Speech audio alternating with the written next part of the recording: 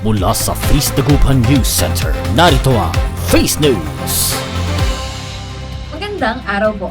Napuno ng kwentuhan, aral at inspirasyon ang naganap ng Couples Day event ng Feast Couples Ministry kahapon sa Gorings Pancit Malabon Restaurant sa Dagupan City. Sa gabay mula sa talk ni Reverend Father Alan Abuan, natutunan ng mga nakilahok sa event ang kahalagahan ng Diyos bilang sentro ng iba't ibang aspeto ng buhay may asawa. This is the invitation.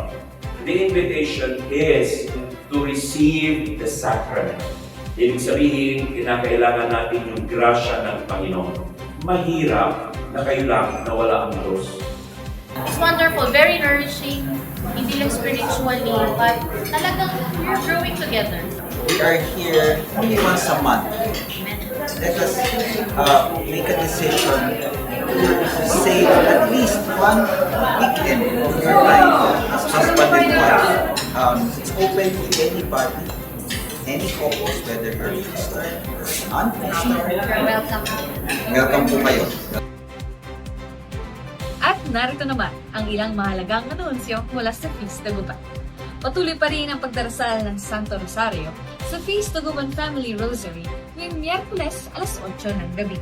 Para makibahagi, i-access lamang ang Zoom link ng ating weekly prayer activity sa feastdagupan.com/rosary. Tangkin ang tunay na diwa at pagkakaibigan at pananampalataya sa tulong ng ating Feast Dagupan Life Groups. Maaari po kayong sumali sa iba't ibang life groups para sa men, women, at couples. Magsadya lamang sa discipleship table sa ating venue para sa iba pang detalye o scan ang QR code sa inyong screen para mag-register.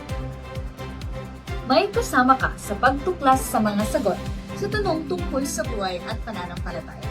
Maging bahagi po ng Batch 2 ng Alpha Course na gaganapin sa lahat ng Sabado ng Marso 2026. Para mag-register, scan ang QR code sa screen or mag-log on sa feastdagupan.com/alpha hanggang Sabado, February 10, 2026. Iniimbitahan ang lahat na tuklasin ng mga aral at refleksyon ng ating Sunday Mass readings sa Paghihimay. Ginaganap po ito tuwing Biyernes alas 8 ng gabi. Para sumali, magtungo lamang sa bit.ly/paghihimay o scan ang QR code sa inyong screen.